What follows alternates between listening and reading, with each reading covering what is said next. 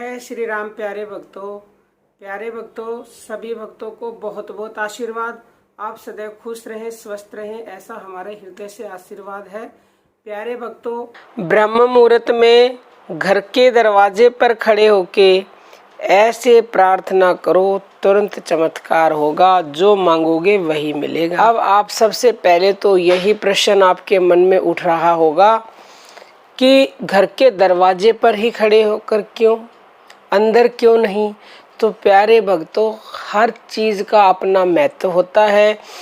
जैसे आप खुले आसमान के नीचे बोलते हो तो उसका अलग होता है, घर के अंदर बोलते हो उसका अलग महत्व होता है, पार्क में घूमते हो बोलते हो उसका अलग महत्व होता है, घर के दरवाजे पर खड़े होकर बोलते हो उसका अलग महत्व होता है। जब आप घर के दरवाजे पर खड़े होंगे तो ब्रह्म मुहूर्त का जो समय होता है यानी कि 3 से 5, तो भगवान ब्रह्म मुहूर्त में विचरण करते हैं और वो देखते हैं कि क्या कोई भक्त घर के दरवाजे पर खड़ा है उससे बात करने के लिए, उनका स्वागत करने के लिए।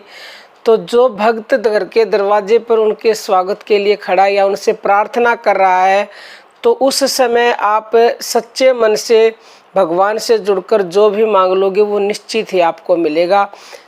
सबसे पहले घर के दरवाजे पर आप ब्रह्म मुहूर्त में उठ करके और घर के दरवाजे पर जाके खड़े होके अपने मन को भगवान से जोड़ना है और ये फीलिंग करनी है कि सामने मेरे भगवान खड़े हैं और मैं उनसे बात कर रहा हूँ और उनको अपनी प्रार्थना सुना रहा हूँ। भगवान से आपको बोलना है, ऐसी प्रार्थना करनी है कि हे प्रभु, आपके चरणों में कोटि कोटि नमन। हे प्रभु, आपने मुझे ये मानव तन दिया है, हेतु की कृपा की है और ब्रह्म मुहूर्त के बारे में मुझे जनाया है, उसमें मुझे जगाया है।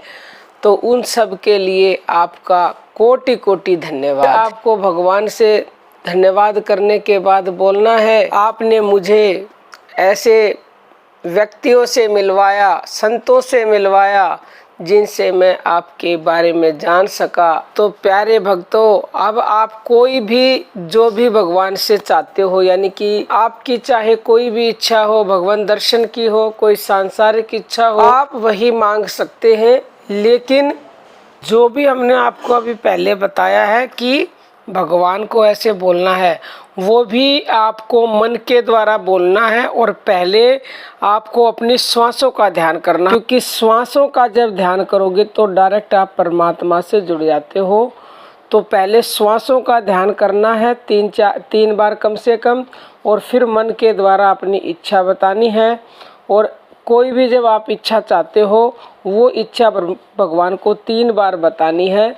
तो अगर आपका मन एकाग्र हो गया, क्योंकि उस समय एकाग्र होने के चांसेस बहुत ज़्यादा बढ़ जाते हैं, विचार नहीं होते हैं मन में, तो प्रभु तो विचरण करते ही हैं। अगर वो दरवाजे पर आ गए और आप खड़े मिल गए तो समझ लो प्यारे भक्तों, आप धन्य हैं और आपकी इच्छा तत्क्षण पूरी होगी, चमत्कार होगा, उसमें 1% भी संशय नहीं है। अब हम अपनी वाणी को विराम देते हैं। जय श्री राम प्यारे भक्त।